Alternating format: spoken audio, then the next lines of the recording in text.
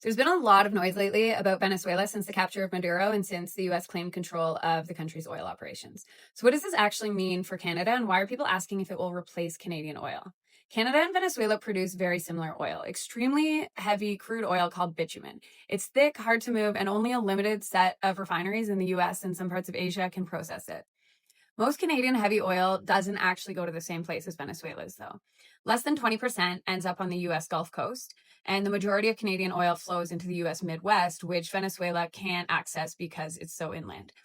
Gulf Coast refineries, though, would prefer Venezuelan oil because it's closer by ship and cheaper. But Venezuela just can't produce enough yet. Its production would need to multiply by several times over, and it requires tens of billions of dollars, years of work, and political stability that companies still don't trust.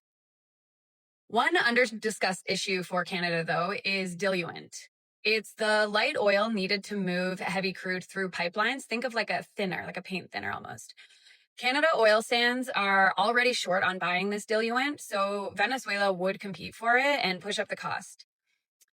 To which you might say, why do I care about big oil companies paying more? And it's pretty clear that Canadian energy production beats Venezuela on all environmental, safety, and social metrics.